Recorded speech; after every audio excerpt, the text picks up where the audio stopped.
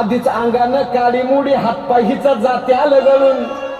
उद्या बसायचं घट म्हणलं की रातीच ठेवलंय भगरीचं पीठ म्हणून दूध पाताळ नाता कसं आलं याजून बघा ना कुणाची वाट बया जावा जावा बसल्या दया ताकावरी ताव मारला का माझ्या भाकरी